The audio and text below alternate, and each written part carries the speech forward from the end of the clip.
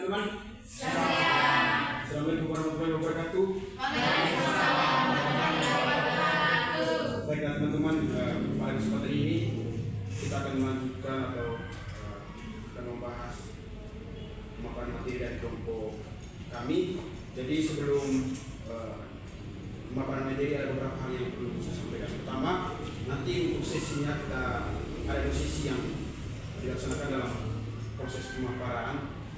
Yang pertama nanti pemaparan materi daripada materi pertama itu saudara Sylvie. Lalu yang kedua nanti sesi yang kedua nanti sesi diskusi. Nah diskusi ini nanti kita berikan kesempatan kepada dua penanya karena diberikan kepada setiap putusan daripada setiap kelompok.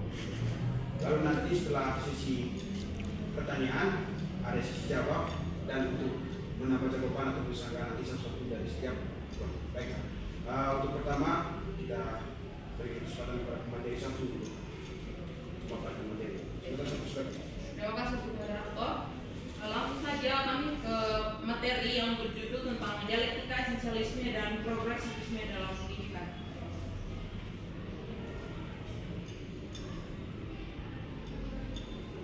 Yang pertama itu tentang esensialisme.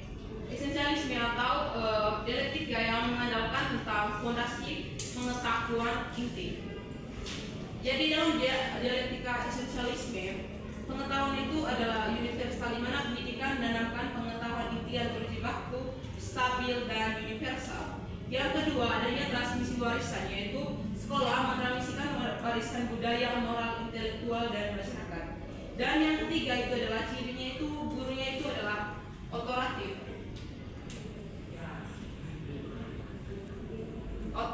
ya. Jadi guru adalah otoritas utama dalam pembelajaran, disiplin dan terstruktur. Yang kedua adalah ada aliran progresivisme di mana pembelajaran itu adalah berpusat pada anak. Jadi lawan dari esensialisme sendiri adalah progresivisme. Ciri-cirinya adalah berpusat pada anak, di mana pendidikan harus berpusat pada minat, pengalaman dan pengetahuan siswa. Dan yang kedua itu adalah pembelajaran aktif. Pengetahuan diperoleh melalui pemecahan masalah sendiri dan aktivitas langsung. Dan yang ketiga adalah sekolah sebagai masyarakat ini, di mana tempat siswa belajar demokrasi dan kerjasama. Dan dalam dialektika progresivisme ini terjadinya inovasi atau pengembangan pengetahuan. Dan lawannya tadi adalah esensialisme. Jadi tokoh utama dalam esensialisme dan progresivisme. Yang pertama, tokoh utama dari esensialisme ada William C. Begin, pendiri esensialisme modern dan menolak learning by doing untuk menjaga standar akademik, menekankan disiplin mental dan penguasaan materi inti. Yang kedua adalah ada Eddie Hirsch Jr., yaitu pencetus konsep kultural, literasi dan core knowledge movement, di mana dia itu menekankan pengusahaan pengetahuan inti untuk memahami masyarakat modern.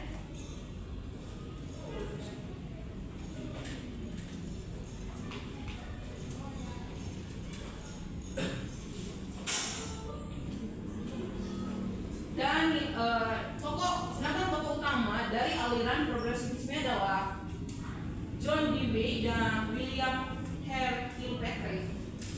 Jadi John Dewey ini menegaskan bahwa pengembangan filosofi pendidikan itu adalah harus berbasis pengalaman dan melihat sejauh mana sekolah sebagai masyarakat ini memiliki tempat untuk demokrasi dan dipraktikkan secara langsung. Yang kedua itu adalah dari William, menurut dia pengembangan IBR ini itu mengarah atau beranggapan bahwa pendidikan harus menciptakan pengalaman bermakna melalui proyek langsung. Poin ketiga adalah relevansi dalam pendidikan modern. Yang pertama ini adalah dari esensialisme. Jadi esensialisme ini sendiri teman-teman itu menjalin interaksi numerasi, standar minimum nasional dan contoh kurikulum berbasis kompetensi inti dan menjaga mutu. Sedangkan progresivisme yaitu relevan untuk keterampilan abad ke-21 dan mendorong kreativitas, kolaborasi dan pemecahan masalah. Yang berikutnya adalah penerapan sintesis di Indonesia. Ada pada Merdeka Belajar, peran guru modern dan asesmen nasional. Saya baca poin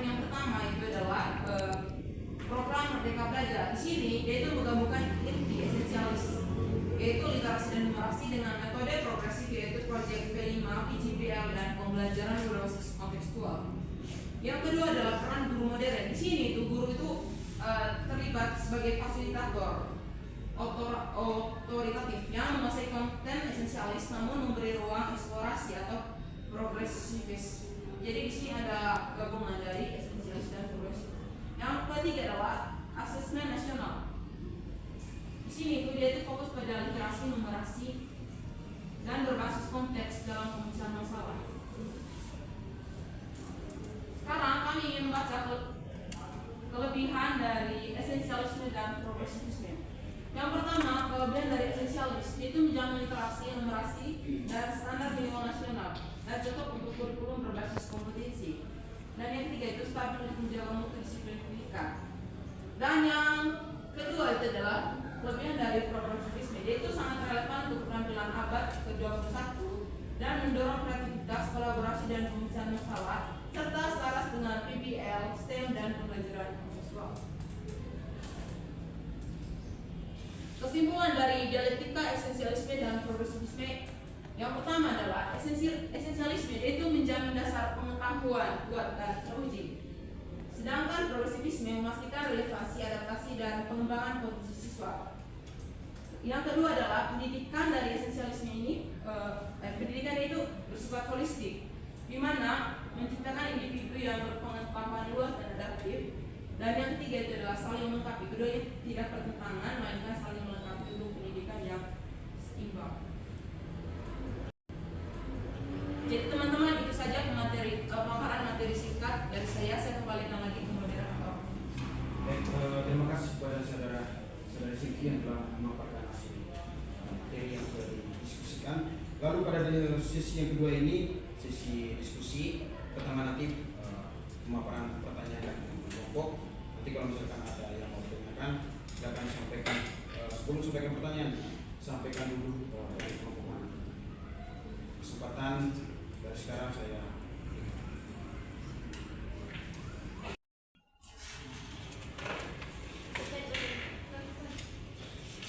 Baik, pertama kepada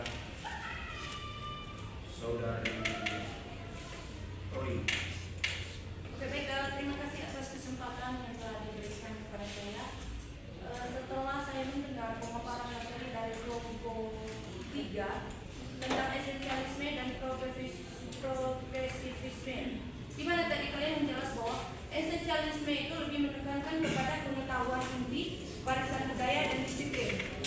Sedangkan progresivisme itu tentang pengalaman, perkembangan minat siswa, dan perubahan. Ketika kita melihat dari dua definisi ini, di mana kita lebih menekankan ke fokus ke bagiannya masing-masing, itu yang menimbulkan ada pertentangan di situ antara esensialisme dan progresivisme, walaupun dengan tujuannya nanti mempunyai tujuan yang sama. Ketika saya melihat bahwa esensialisme dan progresivisme itu, sehingga saya mempunyai pertanyaan, ada beberapa pertanyaan untuk kelompok 3 berkaitan dengan esensialisme dan progresivisme. Bagaimana tanggapan para teman kelompok ketika melihat bahwa esensialisme dan progresivisme ini tidak bisa sejalan mereka? Ada pertentangan di situ, ada pertentangan. Kira-kira bagaimana cara kelompok atau untuk memperjelas ke kami sebagai sebagai calon guru, kita semua nanti sebagai calon guru, bahwa esensialisme dengan progresivisme itu bisa sejalan tanpa ada pertentangan di situ. Di mana tadi karena esensialisme itu lebih menekankan ke pengetahuan inti, warisan budaya, dan disiplin. Yang hanya fokus kepada satu titik saja, hanya ke bagian pengetahuan inti, warisan budaya, dan disiplin. Sedangkan progresivisme tadi dia ke pengalaman, perkembangan minat siswa, dan perubahan. Ini adalah dua hal yang berbeda. Nah, bagaimana caranya supaya kedua hal ini bisa seimbang tanpa harus ada yang ketinggalan antara esensialisme dan progresivisme untuk mencapai tujuan yang kita inginkan. Dan kedua tadi, di esensialisme masih berkaitan dengan esensialisme, di mana kalian menekankan pada di esensialisme itu guru adalah otoritas tertinggi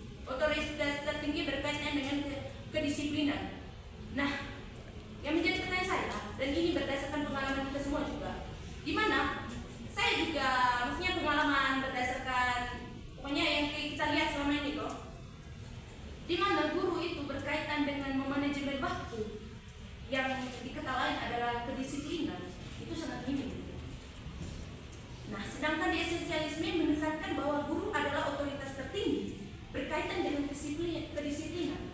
Nah, bagaimana tanggapan kelompok berkaitan masalah-masalah seperti ini? Apakah guru itu yang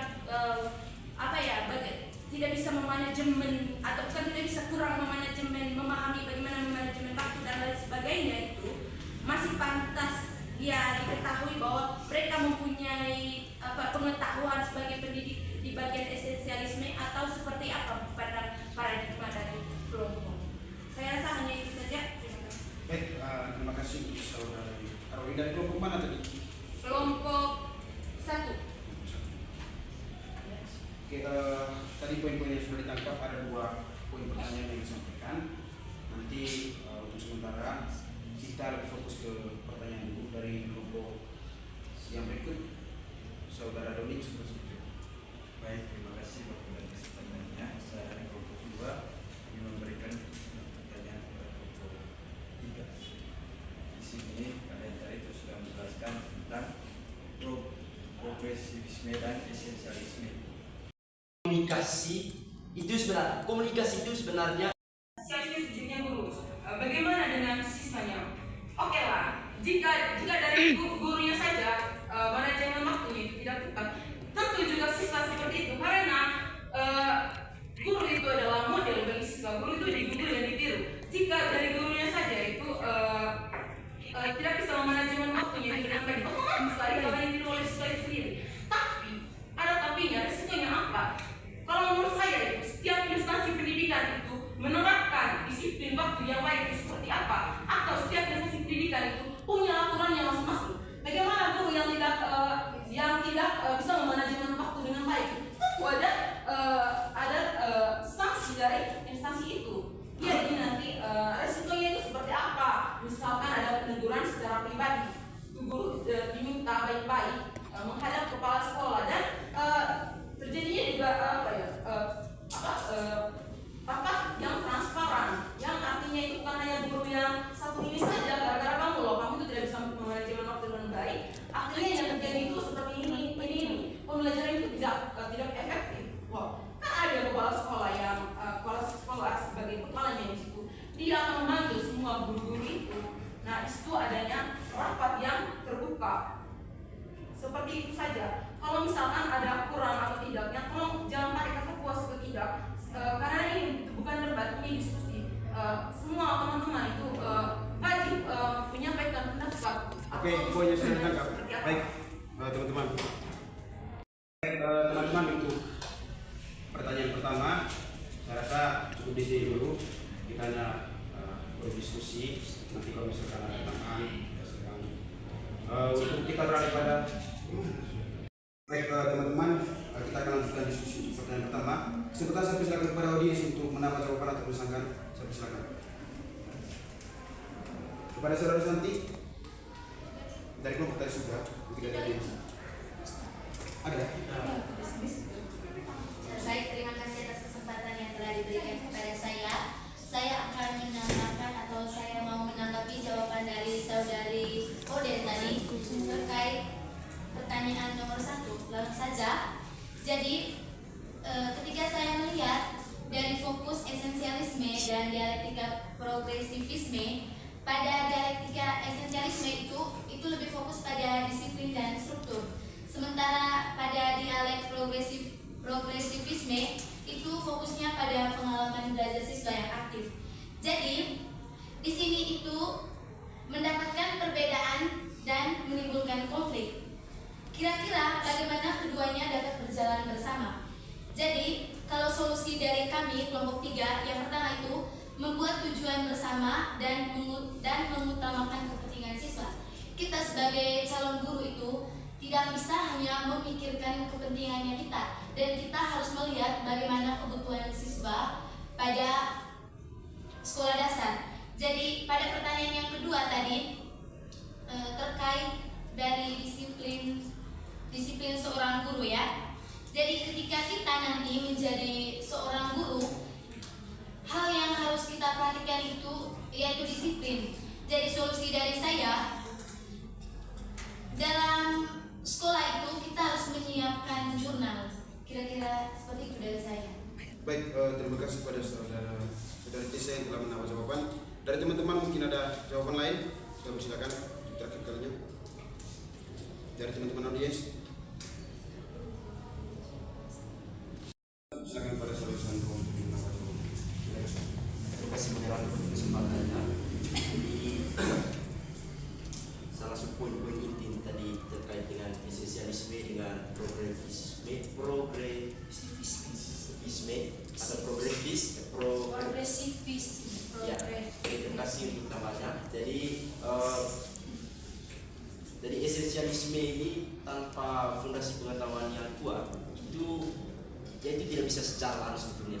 Yaitu tidak bisa sejalan dalam konten siswa. Esensialisme itu dia itu pada hal-hal yang mendasar, misalnya membaca, berhitung, habis itu menulis. Itu sebetulnya konten dari esensialisme yang dijalankan di sekolah dasar sekarang. Itu konten dari esensialisme. Nah, progresivisme ini juga penting dalam keterampilan siswa sekarang itu. Tanpa pengetahuan, kemampuan untuk menerapkan itu juga pengetahuan minim, memecahkan masalahnya itu sulit, beradaptasi. Keterampilan progresif, pengetahuan tersebut menjadi usang yang berguna untuk dunia nyata. Jadi progresif ini yaitu lebih menekankan pada keterampilan untuk bagaimana dasarnya sebagai esensialis itu bisa dikembang atau diimplementasikan itu melalui konten sekarang itu ya, dalam kurikulum merdeka sekarang.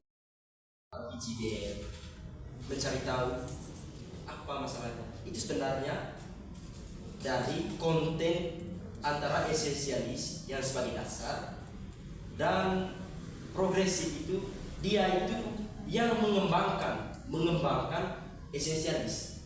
Yaitu sebetulnya sejalan. Kalau misalkan kita bertanya soal apakah mereka bisa sejalan, ya bisa sejalan antara esensialis sebagai dasar dan progresif itu yang mengimplementasi atau mengembangkan esensialis seperti yang sekarang itu P5 itu bagian dari mengembangkan esensialis. Jadi dasarnya itu sebetulnya sudah, misalkan sama sampai dari sini ya. Misalkan konten dasarnya sebagai menulis, habis itu implementasinya yang melalui teori progresif ini, dia itu bagaimana media itu mengembangkannya, cara menulis misalnya, atau bagaimana mengembangkan misalkan kita.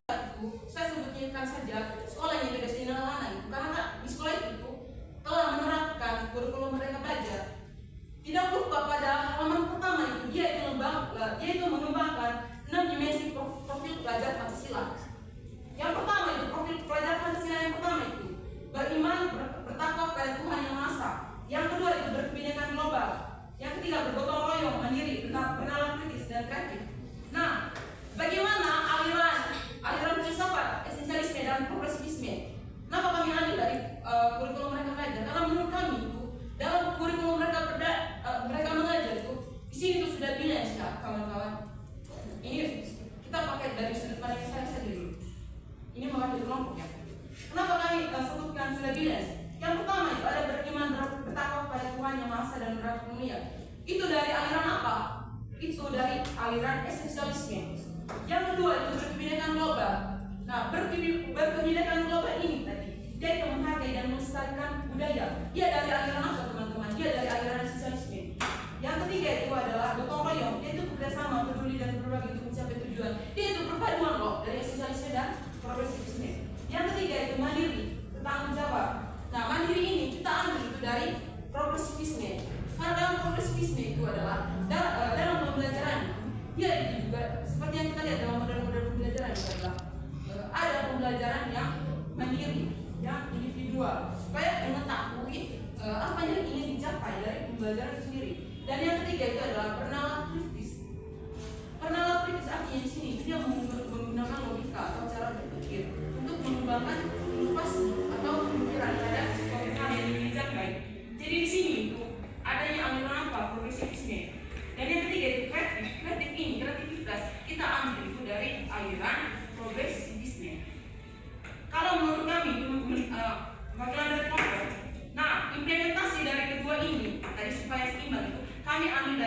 kurikulum Merdeka Belajar. Terima atau tidak itu tergantung dari sudut pandang masing-masing teman-teman. Jadi di sini kita tidak boleh menghakimi apakah sudah puas atau tidak, karena di sini kita saling menyatukan pemikiran dari setiap individu yang berbeda.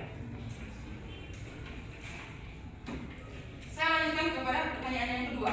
Jika esensialisme ini tadi adalah subjeknya ada pada guru, bagaimana dari kasus nyata yang ternyata guru juga tidak bisa memanajemen waktunya itu dengan baik?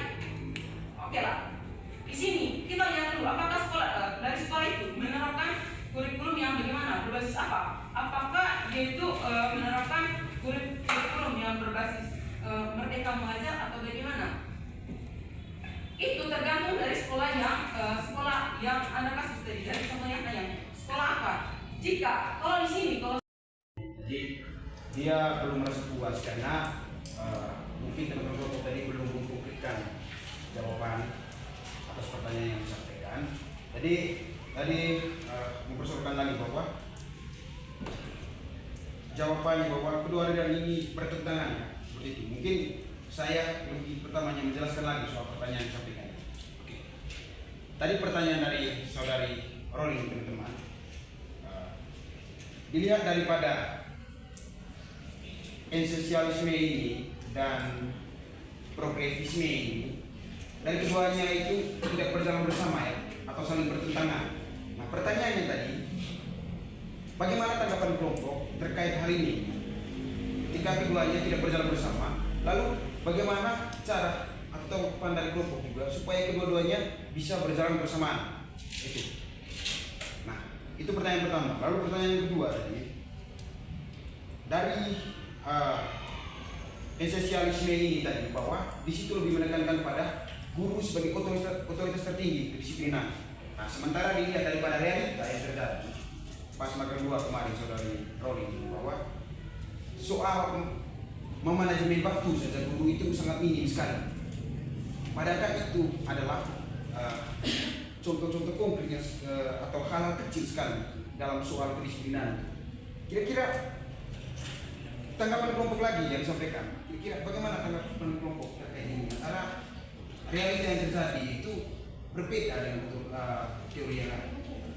Yang pertama dulu mungkin menjawab pertanyaan pertama dari tanggapan kelompok juga terkait kedua yang berbeda. Baik, begini teman-teman. sudah tampak. Atau bagaimana? Oke, begini. Tadi maksudnya begini, Ruli ini belum puas dengan jawabannya.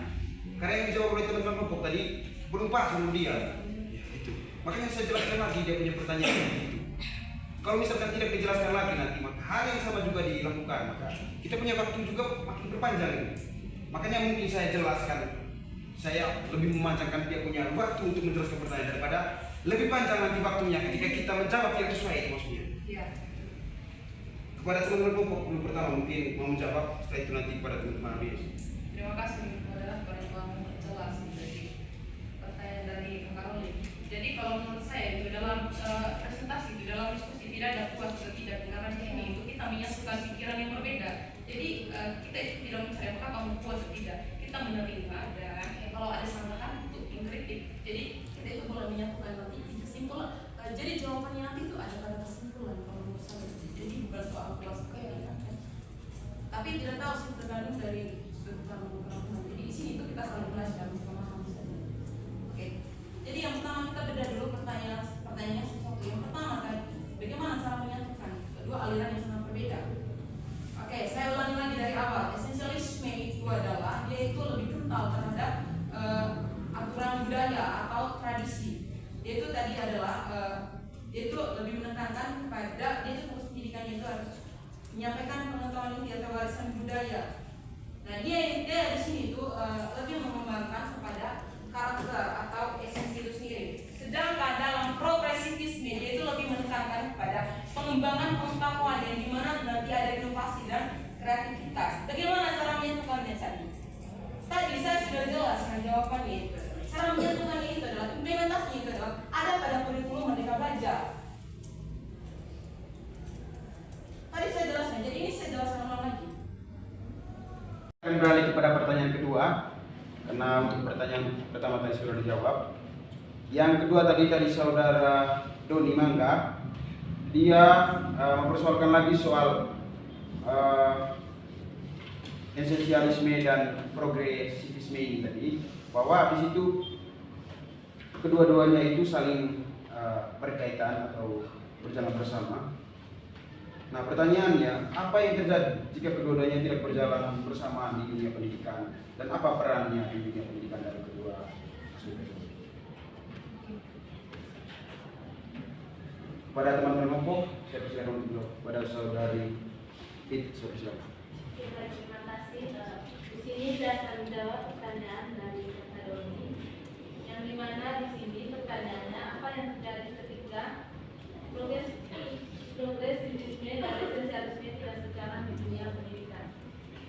Nah, ketika progresivisme dan esensialisme tidak sejalan di dunia pendidikan, maka akan terjadi pertentangan dalam tujuan, metode pembelajaran, dan penilaian pendidikan, yang dimana hal ini dapat mengakibatkan pembelajaran menjadi tidak konsisten, di mana kadang guru memberikan kebebasan belajar dan kadang terlalu menekankan hafalan dan disiplin. Habis itu kegiatan belajar tidak efektif, di mana tujuan pendidikan itu tidak jelas dan hasil belajar siswa yang tidak maksimal.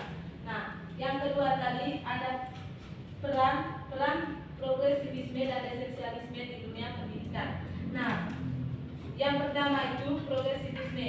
Peran dari progresivisme itu yang pertama membentuk kreativitas, kemampuan berpikir kritis, habis itu komunikasi dan kolaborasi. Yang kedua berfokus pada minat, bakat, dan kebutuhan siswa. Itu tadi untuk peran dari progresivisme. Terus untuk esensialisme yang dimana peran yang pertama itu memberikan dasar pengetahuan yang kuat seperti dalam mata pelajaran matematika. Habis itu menyediakan kurikulum yang terstruktur dan jelas. Terima kasih. Baik, terima kasih kepada saudari Fit yang telah menjawab. Memberikan kekuatan dasar pada seluruh mata pelajaran yang ada di sekolah. Nah, yang kedua itu menyediakan kurikulum yang terstruktur. Terima kasih. Kurang dan lebihnya saya kembalikan kepada mereka. Baik, terima kasih. Jadi sebelum kita mengakhiri diskusi ini, saya boleh menyimpulkan suatu kesimpulan dari selaku moderator bahwa dari esensialisme dan progresivisme ini mereka punya peran penting dalam dunia pendidikan, walaupun kedua-duanya fokus dan tujuannya berbeda, tetapi mereka sangat berkaitan supaya pembelajaran atau dalam dunia pendidikan itu bisa berjalan bersama sehingga pembelajaran itu lebih efektif dan konsisten. Mungkin dari saya sekian. Jadi untuk hari ini pemaparan materi daripada kelompok 3 cukup sampai di sini, dan dari saya selaku moderator dan teman-teman kelompok mengucapkan terima kasih kepada teman-teman audiens, teman-teman kelompok yang telah sedia mendengarkan pemaparan materi dari kami. Kami juga mohon maaf bila mana dalam sesi diskusi atau pemaparan materi tadi ada hal-hal yang kurang berkenan, ada hal-hal yang membuat teman-teman merasa tersinggung. Jadi ya, seperti yang disampaikan oleh Sandro Natang, jadi manusia itu tidak sempurna. Jadi untuk menyempurnakan itu perlu dari teman-teman, perlu ada pendampingan dari teman-teman. Jadi sekian saja hari ini dari kami. Terima kasih dan selamat siang.